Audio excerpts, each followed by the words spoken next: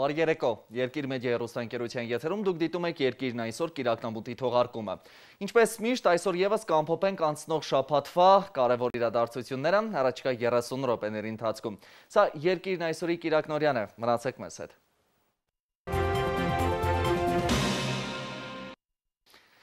Շաբաթասկզբին պարզ դարձավ, որ սեպտեմբերի 15-ից հանրակրթական դպրոցներում նախնական եւ միջին մասնագիտական հաստատություններում երաժշտական արվեստի, գեղարվեստի դպրոցներում սաները կվերսկսվեն իրենց դասերը։ Դասերը կլինեն առկա ուսուցմամբ եւ կպահպանվեն սանիտարահիգիենիկ բոլոր կանոնները։ Ուհերի եւ մի շարք այլ ուսումնական հաստատություններում դասերի վերսկսման մասին որոշումը կկայացվի առաջիկայում։ Երկուշաբթին կարևորվեց նաև պատմական նշանակությամբ։ Մեկ դար առաջ, օգոստոսի 10-ին Փարիզում կնքվել է մի պայմանագիր, ըստ որի Հայաստանի սահմանները պետք է տարածվեին 162,000 քառակուսի կիլոմետր տարածքի վրա։ Սա դեռ ամենը չէր։ Հայ ժողովրդին պետք է վերադարձվեր ունեցվածքը, մեր արևմտյան հարևանն էլ պատժվելու էր։ Սակայն փաստաթուղթը այդպես էլ մնաց դիվանագիտական սեղանին։ Իդեպ մինչ օրս Սևրի պայմանագիրը չեղյալ չի համարվել։ Սևրի դաշնագրի 100-րդ ամյակին նվիրված գիտաժողով նախաձեռնեց եւ իրականացրեց Գիտությունների ազգային ակադեմիան։ Պատմաբաններն ու արևելագետները վստահ են, մեկ դար առաջ ստորագրված պայմանագիրը շարունակում է մնալ մեր պահանջատիրության կարևոր իրավական հենքը։ Մեկ դար առաջ ստորագրված ու թղթի վրա մնացած Սևրի պայմանագիրը շարունակում է մնալ հայ դատի իրավական կարևոր հիմքը։ Համոզված են այն երկրի ակադեմիկոսները, որն այդ դաշնագրով էապես շահելու էր։ Հայաստանը ելք կունենար դեպի ծով, սահմաններն էլ պատմական արդարությամբ պետք է ներառեին 7 վիլայեթները, այդ թվում Էրզրումի, Վանի, Բիթլիսի ու Տրապիզոնի զգալի հատվածները։ Թշնամական երկրներով շրջապատված Թուրքիայի համար մի օր այդ սինդրոմը պետք է դառնա իրողություն եւ մենք պետք է կարողանանք մեր բարձրության վրա գտնվենք, որ միջազգային իրավունքի ուրեմն նորմերով ապահովված այս կարևորագույն փաստաթուղթը կարողանանք կյանքի կոչել։ Սահմանները գծելու իրավունքը Միացյալ Նահանգների նախագահ Վուդրո Վիլսոնին էր։ Սևրի դաշնագրով արդեն նախկին Օսմանյան կայսրությունը Թուրքիան ճանաչում էր անկախ Հայաստանի նոր սահմանները ու հրաժարվում այդ տարածքների նկատմամբ բոլոր իրավունքներից։ Իրավարարությունը անմիջապես մտնում էր ուժի մեջ այն օրվանից, երբ որ Միացյալ Նահանգների նախագահի ստեղծած հանձնախումբը ներկայացնում է դաշնակից երկրներին հայ-թուրքական սահմանը։ Բայց Թուրքիան մինչ օրս չի փոխել իր դիմագիծը նվաճողական նկրտումներով։ Ասվածի ապացույց ըստ Գիտությունների ազգային ակադեմիայի Արևելագիտության ինստիտուտի տնօրենի արդեն մզկիթ դարձած Սուրբ Սոֆիայի տաճարում հնչած առաջին նամազն էր։ Հուլիսի 24-ին Լոզանի պայմանագրի ստորագրման օրը, որով չեղյալ հայտարարվեցին Սևրի դրույթները, պատահականություն էր, իհարկե ոչ, ասում է ակադեմիկոսը։ Սա սիմվոլիկ կերպով այն գաղափարը, որ ասում է Էրդողանը, որ պետք է մենք վերանայենք Լոզանը, որտեղ մենք այստեղ չենք հասել մեր հիմնական նպատակներին, տարածքային առումով կորուստներ ենք ունեցել, ինքը դա սիմվոլիկ կերպով ցույց է տալիս, որ Թուրքիան, այսպես ասած, գնում է առաջ եւ ուզում է իրականացնել տարածքային ձեռքբերումներ ի հաշիվ հարևանների։ Այս համատեքստում էլ Պատմության ինստիտուտի տնօրենը զգուշացնում է, հայ մասնագետները պետք է խուսափեն թուրքերի հետ համատեղ ծրագրերի իրականացումից ու հերքում լուրը, թե հայոց պատմության չափորոշիչները քննարկվել են Գիտությունների ազգային ակադեմիայում։ Հանրային հեռուստատեսությամբ չափորոշիչների պատմության խմբի ղեկավարը հայտարարեց, թե նույնիսկ Պատմության ինստիտուտում եղել է քննարկում այդ չափորոշիչների վերաբերյալ։ Բացարձակ սուտ է, առիթից օգտվելով ուզում եմ ասեմ, որ եթե միջանցքում կամ աստիճանների վրա 1-2 հոգով ուղղակի այսպես զրուցելով իրանց թվացել է, թե քննարկում են կատարել, նման բան գոյություն չունի։ Նորից եմ դիմում մեր հատկապես արվեստագետներին, որ զգուշ եղեք, ուրեմն թուրք Անադոլու կուլտուր հիմնադրամը հենց հիմա մրցույթ է հայտարարել մինչև սեպտեմբերի վերջ եւ հրավիրում է մասնագետների համատեղ ծրագրեր իրականացնելու։ Պատմության մեջ պետք է հստակեցնել, որ Սևրի դաշնագիրը չի փոխարինվել Լոզանի պայմանագրով։ Պատմաբան Արմեն Մարուկյանն այս համոզմունքինն է, քանի որ նախ ի սկզբանե Լոզանի նպատակը չի եղել Սևրի պայմանագիրը չեղյալ հայտարարելը, հետո էլ Հայաստանը չի ստորագրել Լոզանի փաստաթուղթն ու այս առումով որևէ պարտավորություն չունի։ Երբ որ մենք համադրում ենք Սևրը եւ Լոզանը, մենք տեսնում ենք, որ թե պայմանագիրը ստորագրող կողմերը, թե առարկան պայմանագրի բացարձակապես տարբեր են եւ սրանք նույնական չեն։ Ասեմ ավելին, Լոզանի պայմանագիրը իր որոշ հոդվածներով ուղղակի վերահաստատել է Սևրի պայմանագիրը։ Ուստի պահանջատիրության տեսանկյունից ըստ պատմաբանների կարևոր է Սևրի պայմանագիրը դիտարկել ոչ թե որպես զուտ փաստաթուղթ, այլ մասնակիորեն իրագործված դաշնագիր, որն իր արդիականությունը չի կորցրել։ Անահիտ Հովհաննիսյան, Պարույր Ներսիսյան, Հայկ Սուքիասյան, Երկիրն այսօր։ Թուրքիան խուսափելով առերեսվել իր անցյալի հետ շարունակում է հայոց ցեղասպանությունն արդարացնելու եւ հայ ժողովրդին նոր ոճրագործություններով սպառնալու ավանդական քաղաքականությունը։ Այս մասին արտաքին գործերի նախարարության խոսնական Նանա Աղդալյանը հայտարարեց արձագանքելով Սևրի հաշտության պայմանագրի 100-ամյակի վերաբերյալ Թուրքիայի արտաքին գործերի նախարարության հայտարարությանը։ Նաղդալյանը շեշտեց, Թուրքիայի կողմից տարածաշրջանում խաղաղության եւ անվտանգության խաթարման ուղղված քայլերը Հայաստանի հանդեպ որդեգրած ռազմատենչ կեցվածքը հարևան տարածաշրջաններն ապակայունացնելու Թուրքիայի ներկա կառավարության ծավալապաշտական քաղաքականության մասն են կազմում։ Միայն այդ քաղաքականության վերանայում է եւ Թուրքիայի կողմից անցյալի հետ առերեսվելու կարողությունը ճանապարհ կհարթեն մեր տարածաշրջանի ժողովուրդների միջև իրական հաշտության համար, ընդգծել է ԱԳՆ խոսնակը։ Իդեպ նշեմ, Սևրի պայմանագրի 100-ամյակի առիթով ուղերձներ հղեցին նախագահ Արմեն Սարգսյանը, վարչապետ Նիկոլ Փաշինյանը, կարևորելով դրա նշանակությունը ցեղասպանության հաղթահարման, հայկական հարցի լուծման տեսանկյունից։ Facebook-յան իր պաշտոնական էջում պայմանագրին անդրադարձավ նաև ազգային ժողովի նախագահը, մեծամասամբ քննադատելով այն ու կասկածի տակ դնելով դրա նշանակությունը։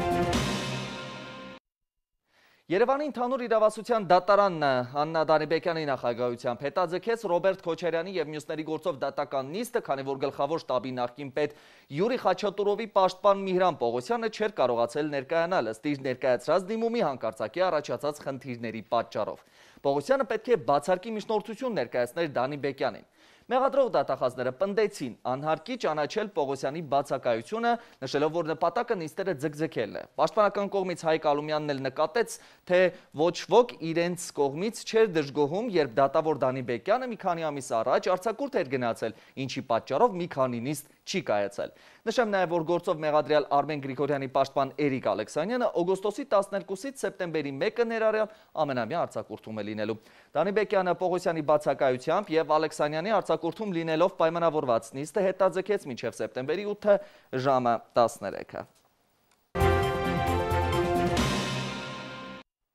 Ինչպես եւ նախապես հայտարարվել էր, մեկ ամիս էլ կապրենք արտակարգ դրության պայմաններում, բայց ի տարբերություն նախորդ 5 ամիսների այս արտակարգի ժամանակ, որը կտևի մինչև սեպտեմբերի 11-ը իդեպ, կհանվեն մի շարք սահմանափակումներ։ Ամուսնանալ ցանկացող զույգերը կարող են մոտակա ամսվա համար առանց մտահոգվելու նշանակել հարսանիքի օրը։ Այս մասով եւս մեղմացումներ կան։ Թեմայի մանրամասները Անահիտ Հովհաննիսյանի տեսանյութում են։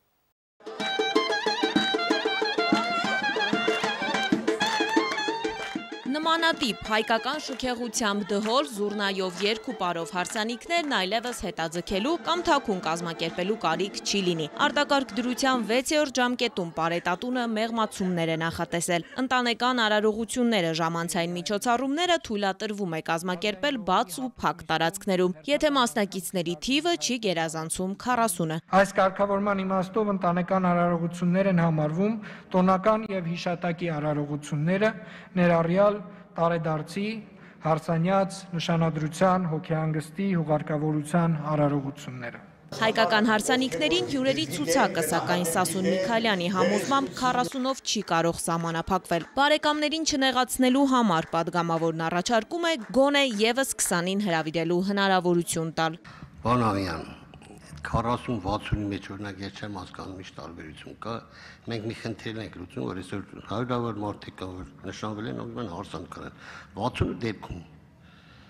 մենք կարանք ինչ որ բանով մեր ազգին հենց բարեկամ էսեն կարանք տեղավորենք եւ այդ հարցն լուծենք հնարավորինս հետագայում կլինի 80-100 դա հետագայի խնդիր է։ Երգիչների, երաժիշտների, թամադաների համար եւս Պարետատունը լավ նորություն ունի։ Կարող են աշխատել, բայց միայն բացօթյա ռեստորաններում։ Գրադարաններն ու թանգարանները կվերաբացվեն, մշակութային միջոցառումներն էլ պետք է բացօթյա կազմակերպվեն։ Մշակույթն ու արվեստը թերևս կօգնեն մի փոքր ավելի հեշտ հաղթահարել կորոնավիրուսով պայմանավորված սոցիալ-հոգեբանական կուտակված լարվածությունը։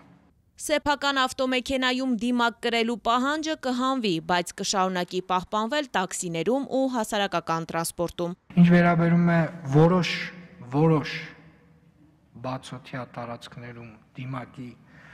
կրման պահանջի վերանայումը, խոսքը գնում է, չգիտեմ, բնության գրքում, անտառում,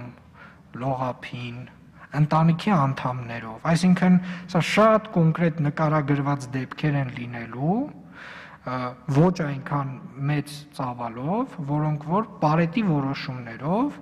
մինչև ուրբաթ օրը, այս ինչի մասին խոսեցինք, մինչև ուրբաթ օրը շատ հստակ կանոնակարգված կհրապարակվի։ Իրենց մեջ տևական ժամանակ բողոքի ձայնը լռեցնողներին կամ չլռող ու բերման ենթարկվողներին պարետատունը հնարավորություն է տալիս հավաքվել, արտահայտվել, բողոքել ցանկացած ձևաչափով, եթե լինեն դիմակներով ու պահպանեն առնվազն 1.5 մետր սոցիալական հեռավորությունը։ Ուզում եմ հատուկ շեշտել, որ որևէ քանակային կամ ժամային այլ սահմանափակումներ այս առումով նախատեսված չեն։ Արտերկրից Հայաստան ժամանելիս 14 օր ինքնամեկուսանալու պահանջ այլևս չի լինի, եթե անձի կորոնավիրուսն ախտորոշող թեստի պատասխանը բացասական է, վերացվում է օդային ճանապարհով օտարերկրյա քաղաքացիների մուտքի արգելքը։ Բայց ցամաքային սահմանով սահմանափակումը շարունակում է գործել։ Միաժամանակ օտարերկրյա քաղաքացիների համար ժամանակավորապես հանվել է սահմանային անցման կետերում մուտքի վիզա ստանալու հնարավորությունը եւ նրանք Հայաստան կարող են ժամանել միայն արտերկրում մեր դիվանագիտական ներկայացուցչություններում կամ հյուպատոսական հիմնարկներում տրված վիզայի կամ էլեկտրոնային մուտքի վիզայի հիման վրա։ Հայաստանի քաղաքացիների արտերկիր մեկնելու հնարավորության հարցն էլ կախված է ընդունող երկրում տիրող համաճարակային իրավիճակից, թեև պարետը հորդորում է հանգիստը հայրենիքում կազմակերպել։ Սա նաև կխթանի ներքին զբոսաշրջությունը եւ կնպաստի տուրիստական բիզնեսի ակտիվացմանը, որը ինչպես ողջ աշխարհում, այնպես էլ Հայաստանում լուրջ կորուստներ է ունեցել։ Նման մեղմացումների պարագայում արտակարգ դրության ռեժիմը երկարացնելու անհրաժեշտություն ընդդիմադիրները չեն տեսնում։ Իշխող խմբակցությունը սակայն դեմ քվեարկեց արտակարգ դրությունը վերացնելու մասին Լուսավոր Հայաստանի նախագծին։ Իսկ պարետատանը մեղմացումները ռիսկային են համարում, բայց կառավարելի։ Հակառակ դեպքում զինանոցում խստացումների տարբերակ ասում են միշտ էլ կա։ Անահիտ Հովհաննիսյան, Երկիրն այսօր։ Ժամանակային ու քանակային սահմանափակումներ չեն լինի այն քաղաքացիների համար, ովքեր իրենց դժգոհությունն արտահայտելու համար ցույցեր կկազմակերպեն։ Պարզապես պետք է նախապես դրա համար թույլտվություն վերցնեն։ Այս արտակարգի մեղմացումներն իմի է բերել Սիրան Ալեքսանյանը։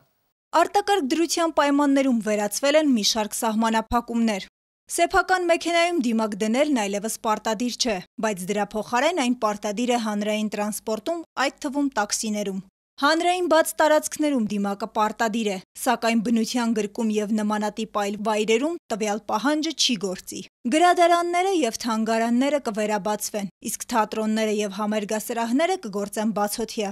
Հայաստան կարող են մուտք գործել ոչ միայն Հայաստանի քաղաքացիները, այլ նաեւ օտարերկրացիները։ Հայաստանի ամբողջ տարածքում հավաքներ եւ գործադուլներ կազմակերպելը չի արգելվի, իհարկե որոշ կանոնների պահպանմամբ։ Հավաքներին մասնակցելիս պետք է դիմակ դնել եւ պահպանել առնվազն 1.5 մետր հեռավորություն։ Հավաքույթների ու միջոցառումների կազմակերպումն այսուհետև չի արգելվի, սակայն մասնակիցների թիվը չպետք է գերազանցի 40-ը։ Վերացվել է մաքսային սահմանով ապրանքների փոխադրման սահմանափակումներ կիրառելու հնարավորությունը։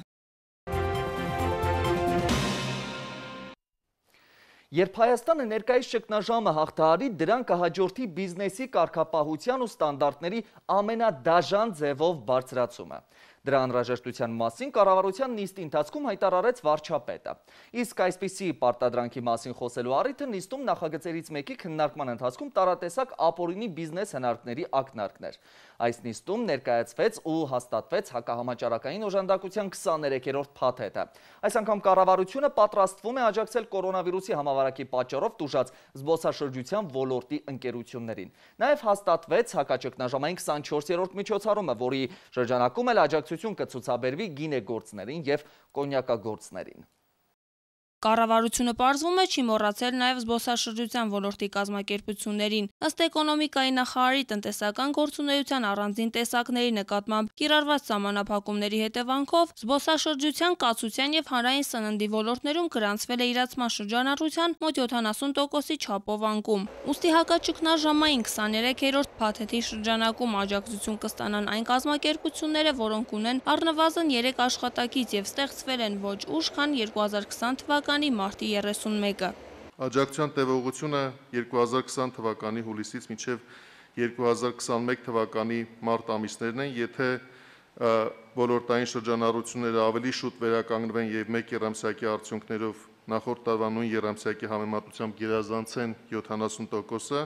ապա հաշվի առնելով, որ դա էականորեն տնտեսական եւ ֆինանսական վիճակի բարելավում է նշանակում, աջակցության տրամադրումը կդադարեցվի։ Չնայած եկամուտների կրճատման պայմանավորված դժվարություններին, իրենց աշխատակիցների եւ աշխատատեղերի ոչ պակաս, քան 70% պահպանած կազմակերպությունները ավելի մեծ չափով աջակցություն կստանան։ Իսկ ահա նրանք, ովքեր այս որոշումից հետո կկրճատեն աշխատակազմի կեսից ավելիին, եւ եթե ՀԴՄ-ների խախտում կկատարեն, կառավարությունը կդադարի օգնություն տրամադրել։ Ինչ է նշանակում ՀԴՄ չխփել։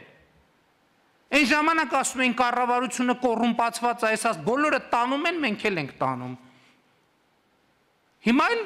գալատ կանի մեկը, որ կասի կառավարությունը կոռումպացված է։ Հիմա էլ ես եմ ասում, որ այդ կոռուպցիոն այդ երևույթը տեղ մնացել է։ Եվ ես էլ եմ ասում, ՀԴՄ չխփելը զինվորի հացը գողանալ է, շատ կոնկրետ։ Եվ այստեղ չքմեղանալու կարիք ընդհանրապես չկա։ Վարչապետը նաև հիշեցրեց գույքահարկի բարձրացման նախագծի շուրջ քննադատությունները։ Ոչ մեկ չի ասում, եկեք տենանք Երևան քաղաքի կենտրոնում։ Գույքահարկը քանի կոպեկ է, չնչին կոպեկներով, այս դահլիճում ամբողջ Հայաստանի գույքը ոչ միայն սեփականաշորվել է, այդ հենց սեփականաշորվել է հասկացենք, դրանից հետո գույքահարկ չի վճարվել։ Նիկոլ Փաշինյանը պնդեց, ճգնաժամից հետո պետք է ամենադաժան ձևով բիզնեսի կարգապահությունը եւ ստանդարտները բարձրացնել։ Ավելի լավ է հենց ի սկզբանե խաղի կանոնը դնենք, քան ապագայում ինչ-որ սուբյեկտիվ որոշումների հիման վրա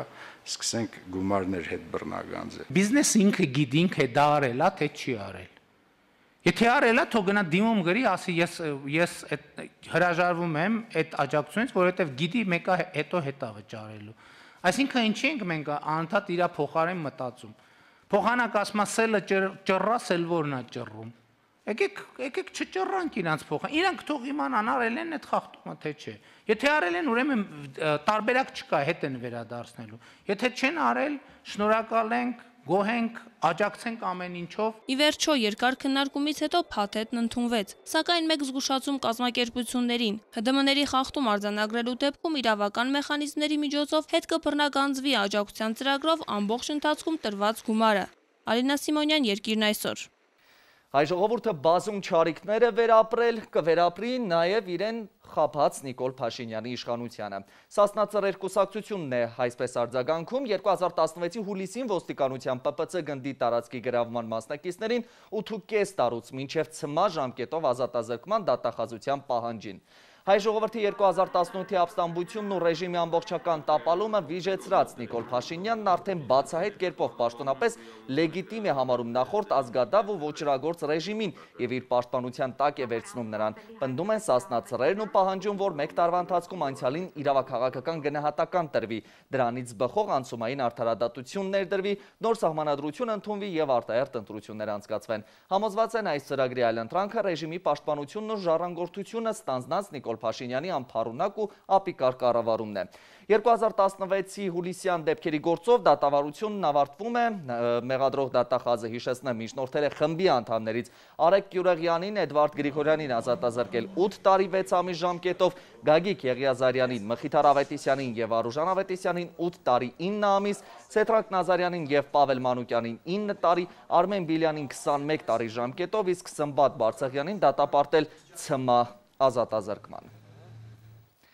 Հայաստանի առաջատար մի քանի պետական բուհերի հոգաբարձուների խորհուրդների կազմերի հաստատումն ի վերջո իրողություն է։ Նախորդ շաբաթ վարչապետն էր հրամանագրեր ստորագրել։ Մինչդեռ այս հաստատումից հետո էլ գործընթացում որոշակի խախտումների գուցե առաջին հայացքից չերևացող խնդիրների մասին է խոսվում։ Եվ դարձյալ բարձրաձայնվում է նաև այդ հաստատված կազմերում ոմանց ներկայության մասին։ Արդյոք այդ ամենն էլ կարող է ինչ-որ կերպ ազդել համալսարանների սահուն գործունեության վրա։ Հարցի պատասխանը փնտրենք տեսանյութում։ Պետք է արձանագրենք, որ կառավարությունը այստեղ բուհական իրավիճակին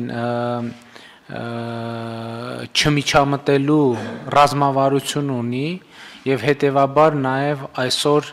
ուղղակի եւ օրենքով չնախատեսված միջամտությունների տրամաբանությունից մենք մեզ դուրս ենք դնում։ Մենք մեր արժեվ դրված խնդիրը մեծամասամբ լուծել ենք, այսինքն խորհուրդները 99%-ով ապաքաղ կանացված են։ Կառավարության 2019 թվականի փետրվարի 6-ի նիստում Արայիկ Հարությունյանը հաստատում է, իրենց արժև դրված խնդիրը հիմնականում լուծված են համարում։ Սակայն պատկերն այլ է, օրերս վարչապետը հաստատել է Երևանի պետական, բժշկական եւ պոլիտեխնիկական համալսարանների հոգաբարձուների խորհուրդների կազմը, սակայն գործընթացում խախտումներ է արձանագրվել։ Ըստ կարգի պետք է նոր կազմը հայտարարվեր, հաստատվեր նախորդ կազմի լիազորությունների ժամկետը լրանալուց 30 օր անց, բայց ինչպես տեսանք 2-3 ամիս մոտ արդեն 3 ամիս ընդրանում է, ինչ նոր կազմը ձևավորվեց։ Հատկանշական է, որ հոգաբարձուների խորհրդի արդեն հաստատված կազմում մեծամասնություն են կազմում գործող նախարարների տեղակալները։ Ուսանողական խորհրդի նախագահ Դավիթ Թափոյանը նոր կազմի ձևավորման հետ կապված մտահոգություններ ունի։ Վստահ չէ, որ առաջադրված տեխնացուները կկարողանան ապաքաղաքական որոշումներ կայացնել, հատկապես այն դեպքում, երբ առաջիկայում Մայրբուհի ռեկտորի ընտրություններն են։ Ռեկտորի տեխնացուները արդեն առաջադրված են եւ դա է շատ ռիսկային է բուհի կազմի ձևավորման տեսանկյունից, որովհետեւ շատ հնարավոր է, որ երբ կառավարությունը եւ լիազոր մարմինը ընտրում էր իրենց ներկայացուցիչներին, նախապես արդեն ինչ-որ բանակցություններ է տալիս տարել եւ հավատարմության երթումներ է կորզել, որպեսզի այս տեխնացուին ընտրեն կամ այն տեխնացուին մերժեն։ Նախարարության աշխատանքներում էլ ակնհայտ թերացումներ է նկատում Երևանի պետական համալսարանի ուսանողական խորհրդի նախագահը։ Ասում է բազմիցս է ականատես եղել Արայիկ Հարությունյանի անպատասխանատու հայտարարություններին, որոնք մինչ օրս իրականություն չեն դարձել։ Սակայն այսօր խնդիրն ուրիշ է։ Բազմաթիվ ուսանողներ սպասում են նախարարի որոշմանը։ Դեռևս պարզ չէ, թե երբ ու ինչ ձևաչափով կվերսկսվեն դասերը։ Մարզի ուսանողները, որոնք համալսարանում են սովորում, ունեն բնակարան վարձելու խնդիր եւ շատ ուսանողներ այսօր կանգնած են խնդրի առաջ չեն կարողանում կողմնորոշվել, արդյոք նրանք բնակարան վարձեն, թե կարող են իրենց տներից, իրենց մարզերում գտնվող տներից մասնակցեն դասապրոցեսին եւ հավելյալ ծախսեր չկատարեն բնակարան վարձելու համար։ Իսկ մինչ դասերի վերսկսվելը ուսանողական խորհրդի նախագահը հույս հայտնեց, որ Մայրբուհը նոր ուսումնական տարում կազատվի քաղաքական շղթաներից։ Ես հուսով եմ, որ կազմը կգիտակցի իր զբաղեցրած կարգավիճակը, կազմի յուրաքանչյուր անդամ կգիտակցի իր զբաղեցրած հաստիկը հոգաբարձուների խորհրդի անդամի եւ կառաջնորդի բացառապես բուհի շահով, այլ ոչ թե քաղաքական որոշումներ կիրականացնի, հա։ Ալիսա Մելքոնյան, Երկիրն այսօր։ Վարչապետ Նիկոլ Փաշինյանը վստահ է, կորոնավիրուսի համավարակի ավարտից հետո Հայաստանը կշարունակի տնտեսական վերելքի ուղին։ Այս մասին նա ասել է BBC Hard Talk հաղորդման ընթացքում։ Անդրադառնալով աղմկահարույց քրեական գործերին նշել է, թե ինքը չէ, որ պետք է որոշի, թե ով պետք է կալանավորվի, ով պետք է ազատ արձակվի։